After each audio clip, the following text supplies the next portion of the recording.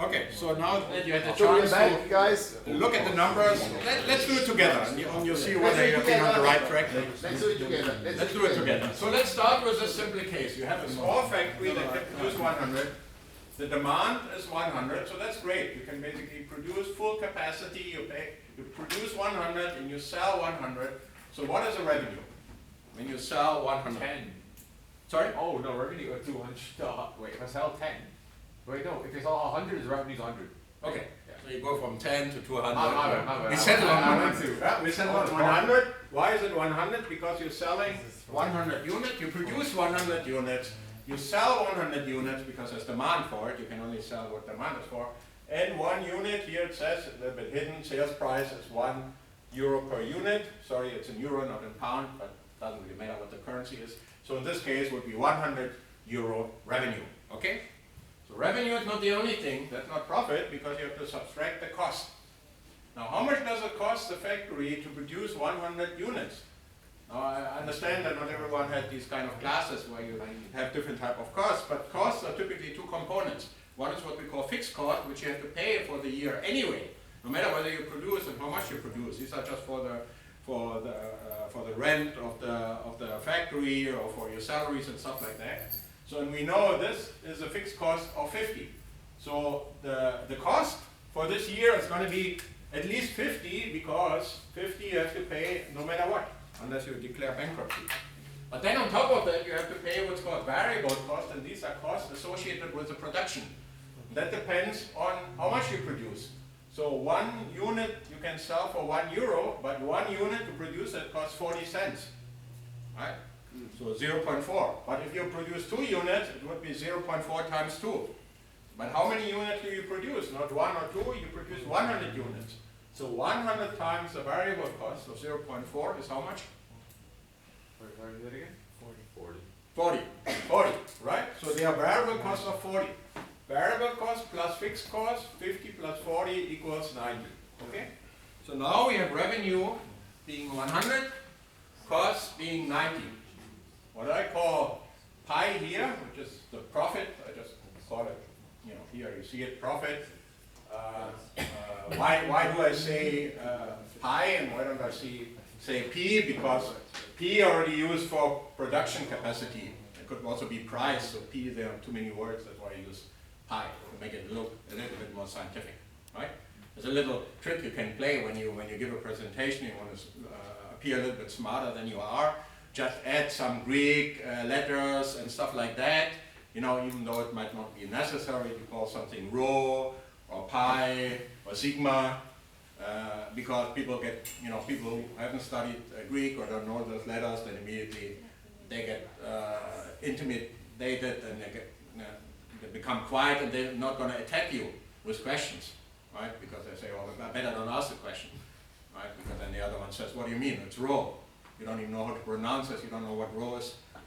Shut up. So that's a little trick. I don't know whether you should do it, but So here I use pi to make it a little bit more complicated. And also you notice I use this letter E, which looks a little bit strange. What happened here? Do I have the wrong form? Why does the letter E have like 2 lines here? And I put it there on the board also. Because it's not just the letter E, it represents expectation of something. Right? So the expectation of something. And for that you use the letter E, but with 2 things. So to make it a little bit more complicated, but that's why I had the notation explained to you. Expectation of pi, this is the expected profit. So what is a profit if the revenue is 100 and the cost is 90? Huh? 10. Yeah, that's very simple. Okay, so 10 is basically the first answer for this kind of scenario. You build factory 1 and demand is 100. And now all we have to do is do the same thing for the other cases with factory 1. What if demand is 200? So here's a very simple answer. What happens if you have a small factory, can only produce 100 and demand is more than 100? How much are you going to sell? 100. It's not more you can produce. Someone else is going to produce the other 100, or the demand will not be satisfied or whatnot. So the number will be exactly the same, right? It's also 10. The profit is also 10 when demand is higher, because it doesn't matter if demand is more than what you can produce. It doesn't help you. Price is not changing. Costs are not changing, same thing. Now we move over to factory 2. It's a bigger factory, can produce 200. So what happens with a bigger factory if demand is only 100? How much can the big factory sell in the market if demand is 100? Only 100, right? This is a problem of Elon Musk with a Tesla right now. He can produce many more Teslas in his mega factory or whatever they're called. But there's no demand. So that's why, if there's no demand, he could produce, but it doesn't make sense to produce. So demand is only gives the upper limit of how much you can sell for. What about the cost structure here? So here the cost for the factory 2. What is the cost? Well, factory 2 has two cost components. The fixed cost is higher because it's a big factory. And then the variable cost per unit produced is 35 cents. So what is the calculation here? 80 plus 100 times 35. What do we get? The overall, I got 100. You can either lose money, but it's 30, or you can make 190. 150. 150. You always give choices, right? You always give choices in your answer. I don't know whether that's smart or not so smart. In an exam environment, it's usually not so smart. Because, there are two types of professors. One professor sees two answers, one wrong, one right. And the professor is like a good-natured person, like your professor will probably give you still 4 points.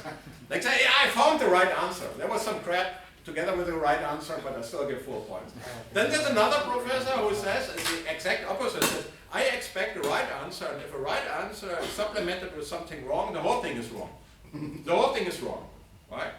Do you know this kind of saying I once learned from a farmer?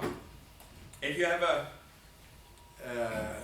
barrel of good wine, and you put in a little bit of cow shit into it, what do you have? You don't have a barrel of good wine. You don't have a barrel of bad wine. You have a barrel of shit. And on the other hand, if you have a whole barrel filled with shit and you put a little bit of good wine, it's still a barrel of shit. So those professors basically say it's only a good answer if it's good and only good. And the moment you add something bad to it, 0 points. So this is the other extreme. And then there's a professor in between who says, okay, you give me some choices, there are different answers. One is right, one is wrong, maybe I give half points. Right? So before you take the exam, you need to find out what kind of professor is grading the exam. So what kind of professor are you? That's a good question. I'm not super strict, but I definitely say a good answer together with something bad deteriorates the quality. Of course, yeah. Yeah. So I want to give someone who has a short, to the point, correct answer full grade. And if anything is on top of it, convoluting the whole thing, possibly with wrong information, I subtract, but not a lot, I subtract something, just to differentiate. Those people then come into the regrade. Well, this guy said 2.7, he has also 2.7. Yeah, but 2.7 is one of 20 numbers on the page, and the other stuff is not clear, it's wrong, whatnot. I cannot give you a full point, I give you a reduction. I'm not very happy to hear that, right? So anyway, but you need to find out the different type of graders. All right, so that's a little bit side story. Okay, so now we know the revenue, now we know the cost. What is the profit for factory 2 if demand is only 100? Sorry? Minus 15. Minus 15, right? So the factory is losing money. It's not basically producing to its capacity. But what happened to factory 2 if demand is 200?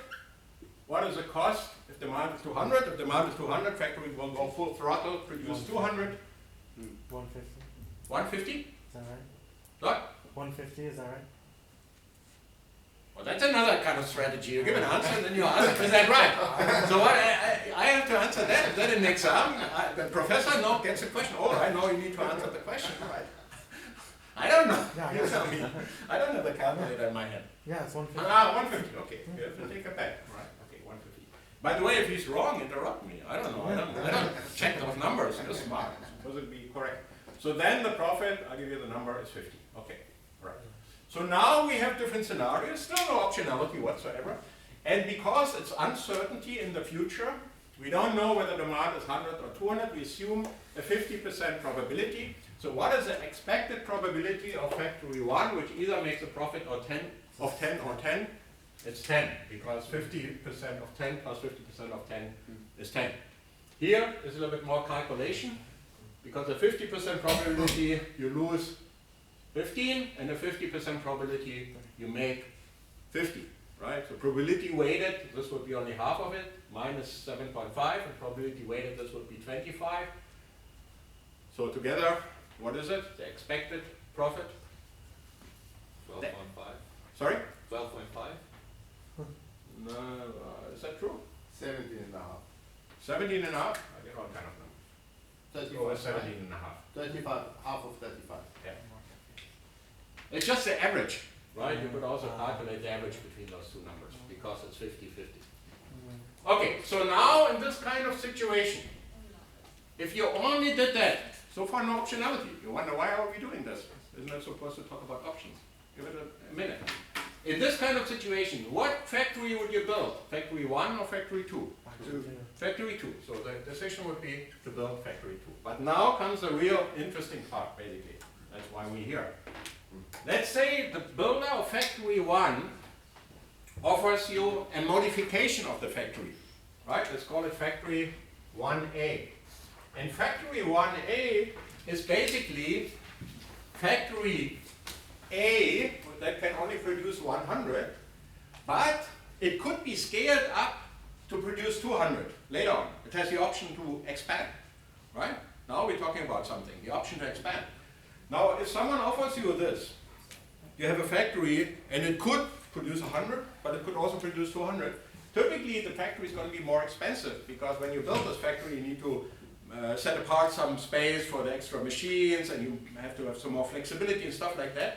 So this factory 1A is not exactly the same price as a factory 1, right?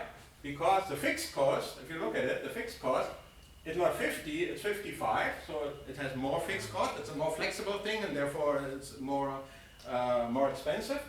And also, you know, the variable costs are initially the same, it's only 0.4. But if you were to decide to upgrade it, then someone had to come in and change the factory. What happens is that the factory then has a capacity of 200, but the fixed costs go up from 55 to 85. So that difference, 30, is probably what you have to pay to expand the factory. Someone needs to expand the factory. And then the variable costs stay 40, right? So now you basically have a situation where, depending on demand being 100 or 200, you can change the nature of the factory. You can wait until you know how much demand there is, then change the nature of the factory to either, you know, keep the factory as it is, the 1A, or take 1A and increase the capacity and then have the different fixed cost, and then you can produce 200. So now do the same thing and calculate the profit for those two cases. The profit, you know, if demand is 100, and the profit if demand is 200.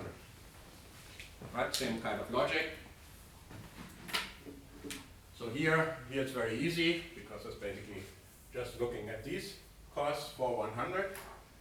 Once you scale it up, because demand is higher, then you have to take those costs. Okay? So this factory is interesting because the revenue is always following demand, right? So revenue here is 100, and revenue here is 200, because you, here in this case, higher demand, you would take factory 1A and expand it. Okay, just give me the numbers if you have them.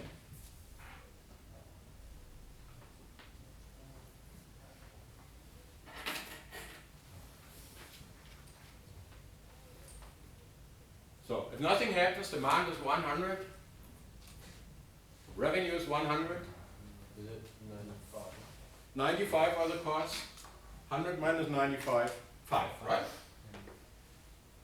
Correct me if I'm doing something wrong. Right? 100 times 40 variable costs, 40 fixed costs, 55, together 95 costs, 100 revenue, profit of plus 1. Okay? So this is one number. Now what if demand comes out to be 200, you say, oh shit, I have a factory that only produces 100, but it's a flexible factory, so quickly I kind of increase the capacity, but now I have more fixed costs. What is then the profit here? Now revenue is 200, fixed cost is 85, variable cost is 200 times 0.4, 80, exactly. So 165 cost, right? So profit? 35. Okay. Now we do the same thing. What is the expected profit? You don't know whether you're going to have a profit of 5 or 35, depending on the demand, being 100 or 200, 50% probability. What is the average of 5 and 35? 20. Okay, so first of all, what we notice is that the factory 1A has the highest expected profit. And this is, a little bit surprising because, look at it, factory 1A is not as profitable as factory 1 when demand is low. So when demand is low, factory 1 is the best. And factory 1A is also not as good as factory F2 when demand is high, because when demand is high, factory 2 is better. And yet factory 1A is better, although it's worse than factory 1 when demand is low, and worse to factory 2 when demand is high. And why is that? Because it has the option. It has the option to pick capacity depending on the environment, and therefore, although it's not better than each of them individually, in total it's a better investment, right? But you can also see here we learned volatility is your friend. Let's take volatility away. Let's say, for example, there's no uncertainty. No uncertainty means, for example, that there's a 100% chance that demand is low, and this is 0%. Then you can ignore this side and you would only look at this, and then you would find out factory 1 is the right choice. So without uncertainty, factory 1A is no good. What if the uncertainty is the other way around? This is 0% and the 100% chance of large demand, then you would only focus on this, and you would find out factory 2 is the best factory, not factory 1A. So without uncertainty, factory 1A is not a good factory. It is precisely the uncertainty that creates the value, right? And that is something interesting also, that when you evaluate projects or decisions an entrepreneur has to take, the more choices you have in the future, the better for you if there's uncertainty. Uncertainty is a good thing. You should embrace it. Right? In a world without uncertainty, most of these startups would be worthless, because we know already ahead of time that you shouldn't make the decision, or you can make it in a different way. It's precisely the uncertainty that creates the value. Right? And you've seen that we have done that without option pricing theory. No Black-Scholes formula, no complicated whatnot. Just to illustrate the point. And you can do that, even with simple calculations like that, assuming probabilities, you can already get a good sense of what is the value of having the ability to make a decision in the future. All right, so that is what I wanted to tell you. We're right on time, 10:20. Managerial options are part of many projects, of many companies. They are somehow hidden. You have to find them, isolate them, understand them, then somehow evaluate or appreciate them. And if you ignore the real options, you will get wrong project value, you will underestimate the project value, because sometimes the value of a project are precisely those options. Okay, 10:20. Any Thank questions? you so much. Any questions? Any questions? No? Any questions? Everything very clear? And you understand, now the idea of using real options methodology in entrepreneurship, right? Because as an entrepreneur, you're always here. You're never here, because you never know exactly what the demand is. If you are perhaps, like you mentioned earlier, Steve Jobs, he created demand, right? He was the creative guy with the iPod and the iPad and all of this. He created the demand. He didn't say it was 100 or 200, right? And that is perhaps the reference today to last night, right? Uncertainty. It's not political here, but this uncertainty perhaps also creates something, right? So we're all very concerned about what's happening politically, but perhaps the uncertainty creates, again, opportunities for entrepreneurs. Of course, for existing businesses, this is very bad, right? But perhaps for people who are flexible, perhaps it creates something. Okay, I hope it was interesting. And we thank Professor Tata. Thank you. Thank you so much. Thank you. Amazing. Thank you so much.